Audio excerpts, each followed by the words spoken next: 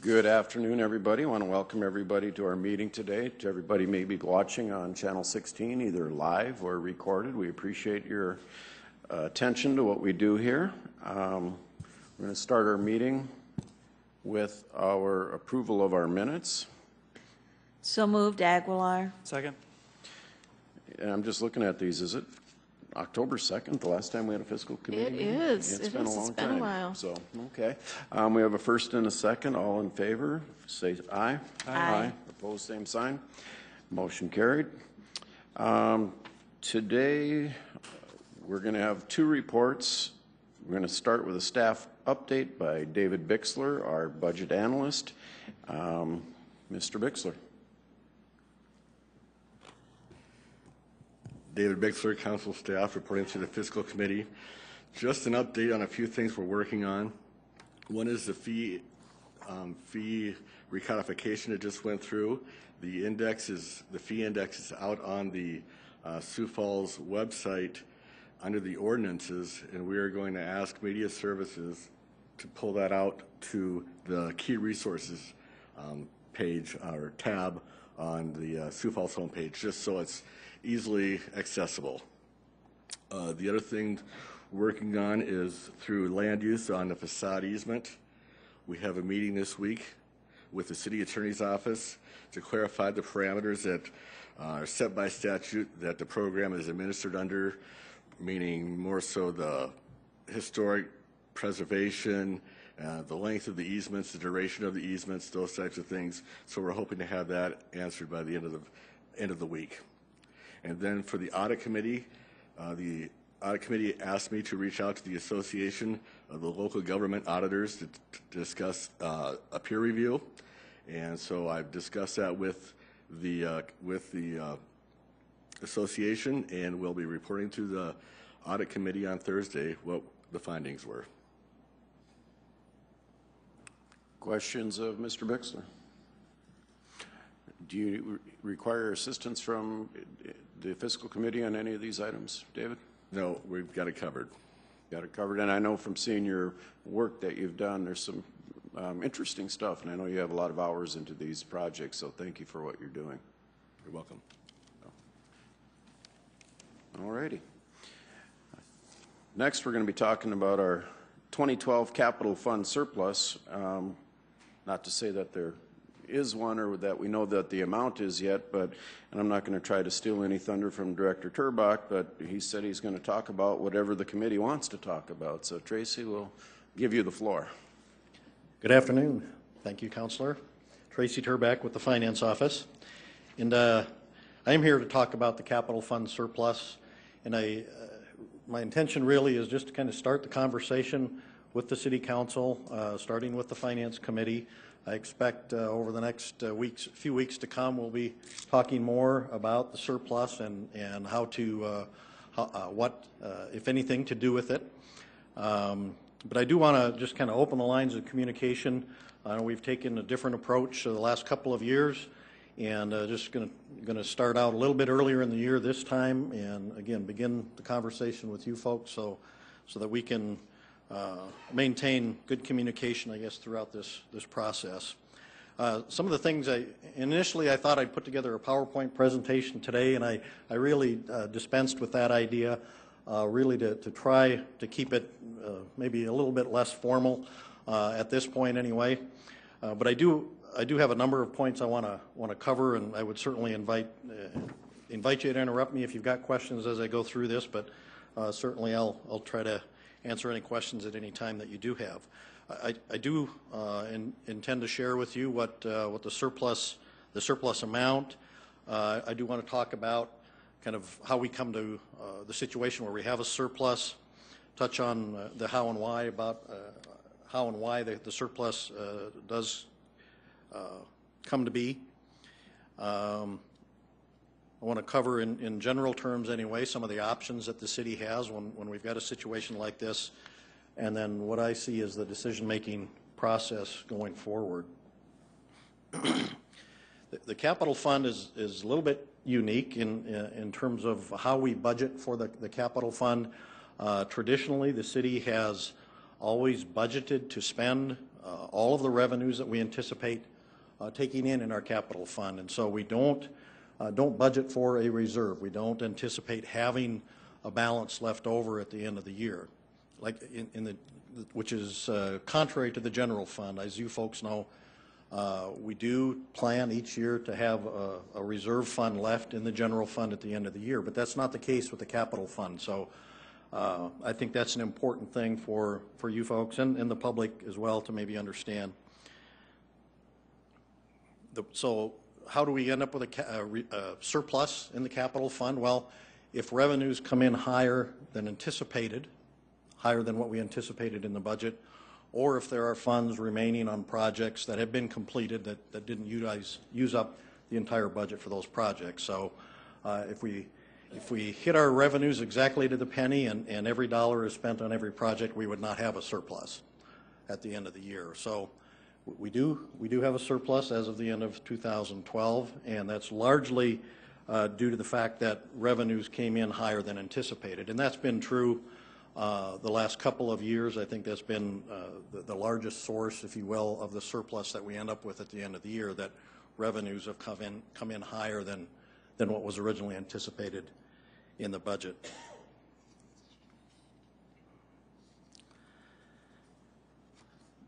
Last year, you might recall that we had unobligated funds of about $4 million. The year prior to that, it was $3.8 million, give or take. And this year, we've identified $1.7 million as the unobligated fund balance in the capital fund. Now, I do want to qualify that by saying that's unaudited. The financial statement audit is ongoing.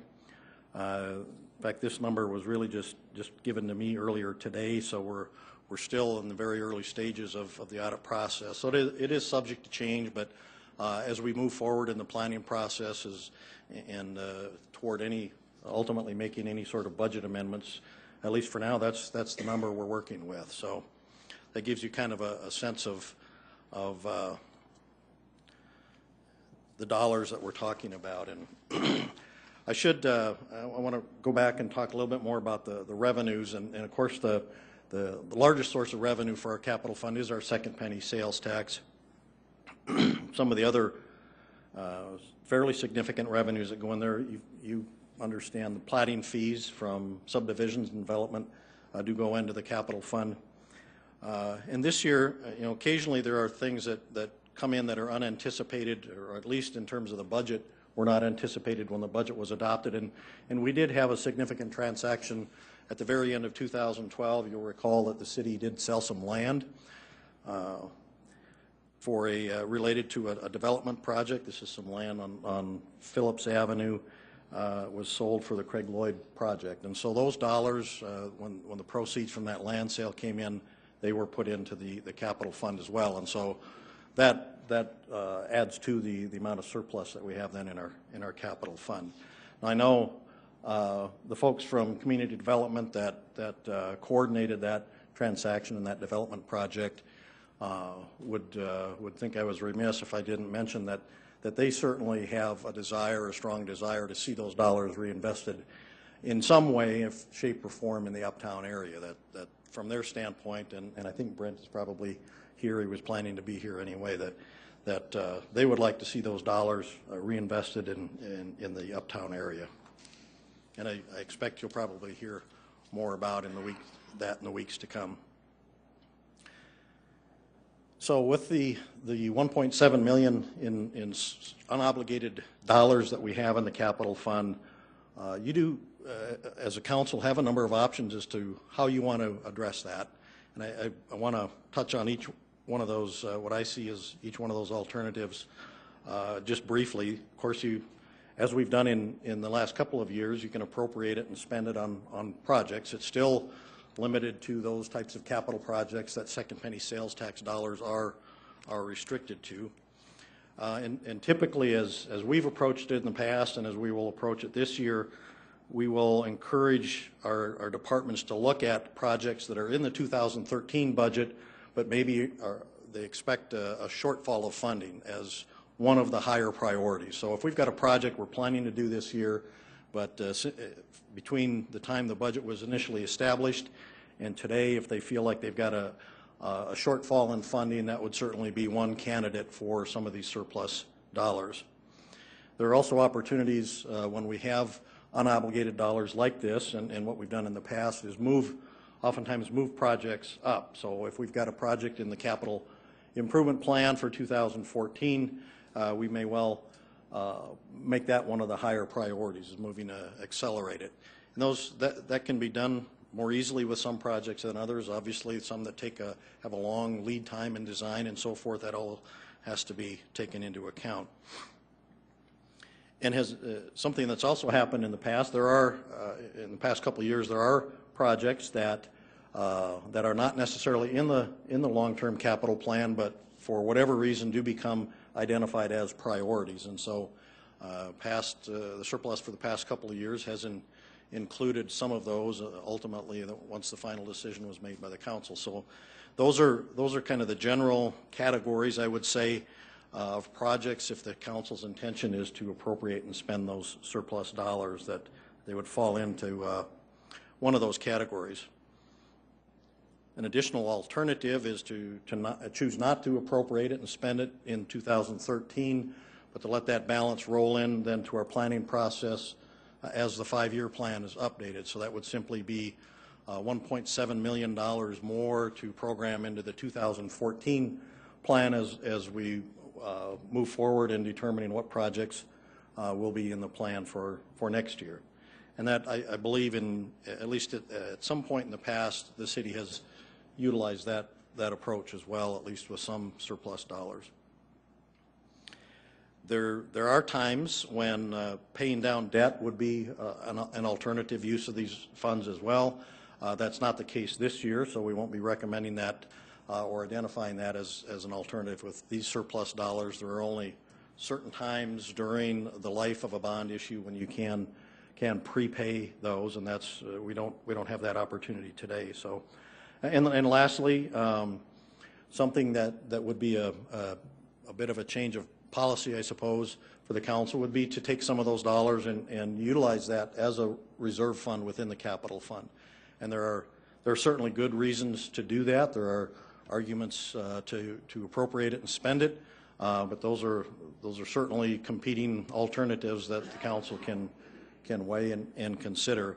One of the advantages, of course, if we had a reserve fund in our capital projects fund, if we put a project out for bid and the bids come in higher than what we have budgeted, that does give us some dollars to fall back on.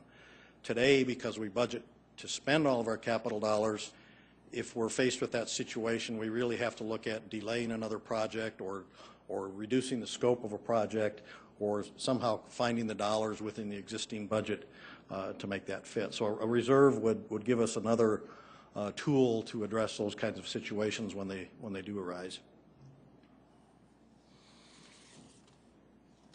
So the turning to the kind of the decision-making process, kind of kicking it off here today, just to kind of lay the background or the groundwork for moving forward. We have asked all of our departments to submit ideas and suggestions or proposals for how capital dollars could be used, and so we're in the process of compiling that information and identifying, resolving any questions that we have for those that are coming in. We'll be presenting that in the near future to the council. I presume at an informational meeting, when we've got the full council, we can review that information in a presentation form and do whatever due diligence the council feels is necessary so you folks can determine what you feel your priorities are. And then ultimately, of course, at the end of the day, whichever one of those alternatives or options the council decides, or it could be a combination of spending some of it and not spending other dollars. But ultimately, at the end of the day, that is the city council's decision. So with that, I will open it up to whatever questions you have, or if you've got other aspects of this you'd like me to talk about, I'd be happy to do that. Thank you for getting the process started a little earlier, Tracy, giving us our options. Questions from the committee?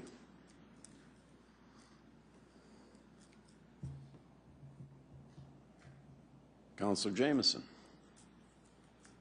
Yeah, thanks, Tracy. For if you read the minutes of the October 2nd meeting, it would almost appear as though this committee was in a shambles of how we were going to manage this process, and we've all kind of regrouped and are reapproaching this. But the minutes of the last meeting are a testament to our failed approach in the past, and I hope that this is a new beginning to a smoother road ahead, so to speak. But a couple questions for you nonetheless. Sure. Last year and the previous years, it's roughly that $4 million. Remind me, what percentage of a total capital budget is that 4%? The sales tax, the second penny sales tax revenue will bring in about between $45 and $50 million.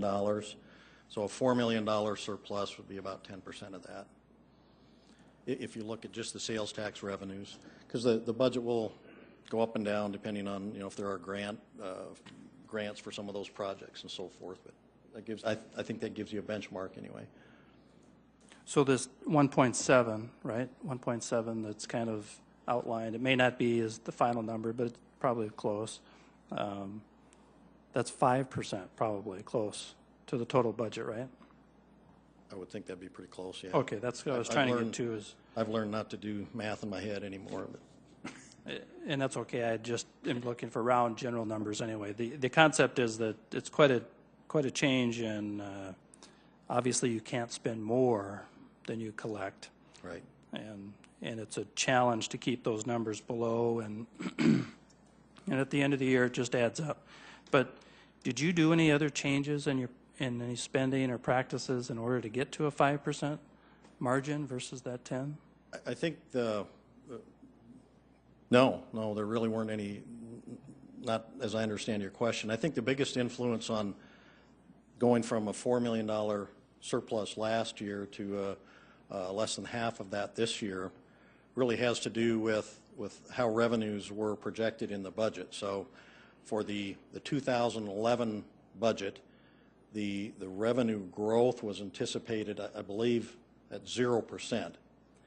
And so when revenues in fact grew fairly significantly, that created a larger surplus, where for 2012 we had anticipated some growth in our sales tax at 3%. So some of what would otherwise have ended up as surplus had already been programmed into the original budget.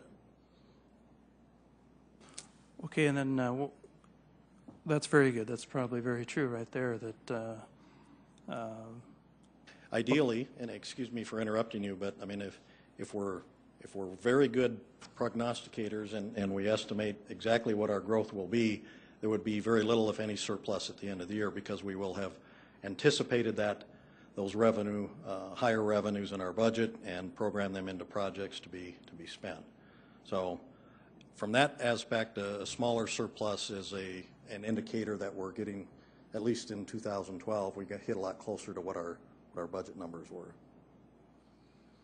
the sale of the uptown land to Lloyd's was $1 million. Was that right? I believe it was 1.1 right there. So if you took that out, because I mean that was kind of a last minute deal that we put together, that if we had said no, it would have passed and we would have lost the revenue. But so in essence, that kind of what's it at $600,000 of the margin, pretty slim. I mean, I don't know whether to congratulate you or to wonder if, there was a big rush to spend a bunch of money at the end of the year to get it to, I'm just being honest with you, seems pretty close. Keep in mind that sales taxes are not the only revenues going in there. There are other revenues that go into the capital fund. I mentioned plating fees. You might recall that toward the end of the year, you folks did supplement the budget with some of those excess revenues that would have created a larger surplus if you hadn't taken that action. There are state and federal grants that go in there, so that can certainly influence at the end of the year how much surplus we have. Special assessments for past projects that we're collecting assessments on can fluctuate from year to year. So all those things are anticipated in the budget, and rarely, if ever, do they come in right spot on in the budget. You're either over or under to some degree. The other factor that changes in there are we've got a number of active bonds where projects are being done, like the West Side Library is being done utilizing a quality of life bond issue. Even though the proceeds don't come out of the sales tax revenues, we are in repayment mode, so we're making repayments on there. And that can be impacted, or that fact can be impacted, just how the timing of when those projects get closed out and when those dollars begin to be repaid from the sales tax fund. So that one gets to be a little bit tougher to try to forecast, but that can also have an impact on the amount of surplus or unobligated dollars in the fund at the end of the year. Council Aguilar. Tracy, can we kind of have a timeline as far as where you see us having the concrete number, and then the information from the departments as far as what they're proposing? Mm-hmm. I hope I didn't go overboard in qualifying that number, because it is, it's fairly firm, but the audit won't be done until the latter part of March, and I certainly wouldn't suggest that we get to the point where we would actually adopt an ordinance to spend money until the audit is actually finished. We are, as Councilor Karski alluded to, we are kind of well ahead of the schedule, I think, that we've been on the last couple of years.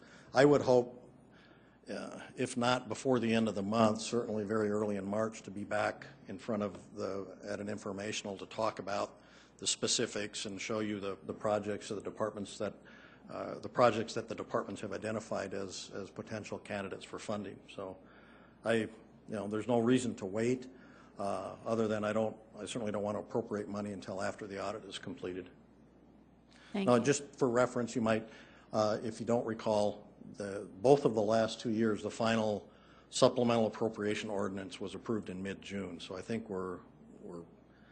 I'm hoping to beat that by a significant margin this year. Thank you. No other questions? I have one or two, Tracy. You had mentioned kind of establishing a reserve fund for our capital budget. Is that a common practice?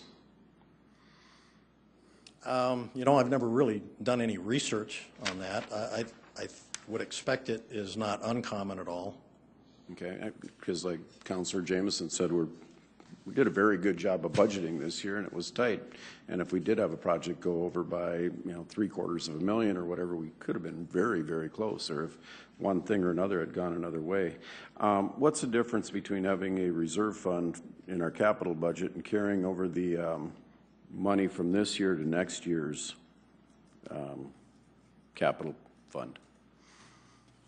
Well, if I understand your question correctly, if we were to, going forward, establish a reserve fund in our capital, within our capital fund, or a reserve account, a balance that we want to consider a reserve, that could not be spent until the council had appropriated those dollars. So right now, and it would be a similar process to what we're going through in terms of surplus dollars. It's just that we would know going into the year that we've got a certain amount of flexibility to appropriate additional dollars, whereas right now we don't. 6 months ago we didn't have that flexibility. Where if you start out the budget year with $2 million in a reserve that's unobligated, that's available to be appropriated, and you get to April or May or June and you need those dollars, you know you have them. So we're just not putting a place for them, basically, is what you're saying.